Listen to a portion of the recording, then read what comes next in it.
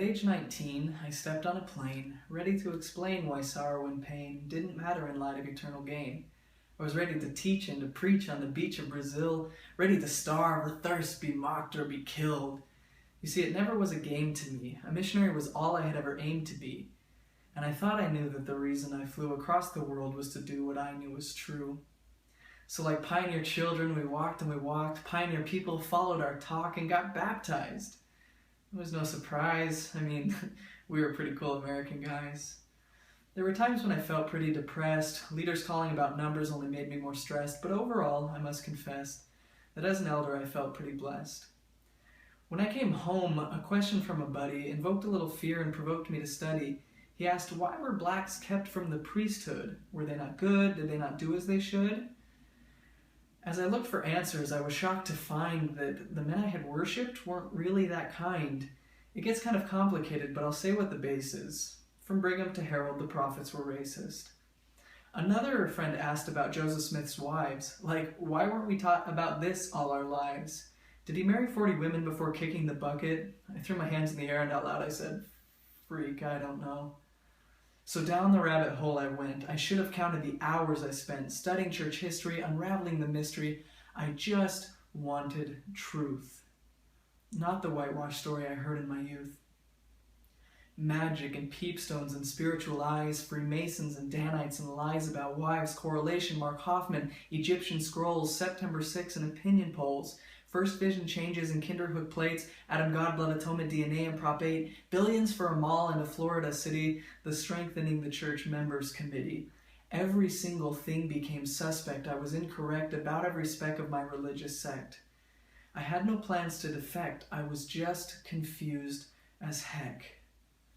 So outside of Rexburg, I knelt in a field, and I asked why everything felt so concealed, and why did I feel I was dying inside? Wasn't the Holy Ghost supposed to be by my side, to be my guide? I had once felt sublime, but with time, the feeling faded, and suddenly Moroni 10 seemed so overrated. I felt rejection instead of connection. And in my reflection, I knew the infection was beyond mere correction. There was no more perfection in my religious affection, but with introspection, I made the selection to continue inspection of faithful objection. And that's how I wound up in the apologist section. But no matter how hard I tried to deny or find reasons why I should believe some alibi, I couldn't comply. It wasn't some anti-Mormon lie. And in the end, my Pascal's wager got cut to shreds by Occam's razor. Now you call it a conspiracy. Tell me, what does a seer see? Why can't a prophet bring some sense to this mess, put the critics to rest? Oh, that's right, it's a test. It's not supposed to make sense. We walk by faith, not evidence. The problem is every church is the same. They all proclaim to speak in the name of God.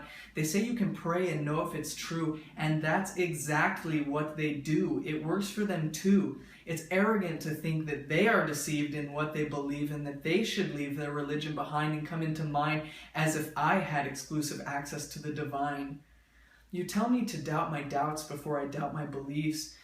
You say focus on milk. I say where is the beef? You think saying I know will help me revive, but 2 + 2 will never be 5.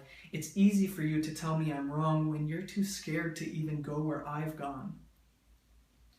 Trust me, it's hard to choose to see. There's still a hole in my soul where God used to be, and though it hurts like hell, truth is the key that fills it and turns it and opens the door for me to be free.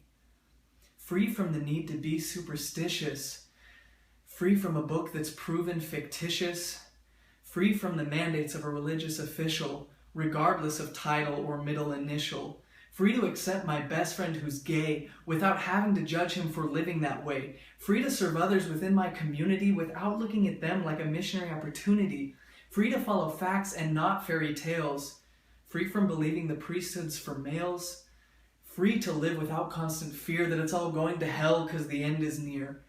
Free to love others just because I can, and not because of some ancient command. Yes, brothers and sisters, I am free. And so with sails unfurled, I set sail on the sea. I read warning signs that beyond here there be dragons at the edge of the world. But looking around, I have no need to fear. There's no signs of sea monsters here, no edge from which I'll plummet and die. Just truth, opportunity, ocean and sky. So I press onward, ever onward. With eyes opened, heart opened, mind opened, I'm hoping that when you look at my life, you'll see not a Mormon, not an ex-Mormon, just simply me.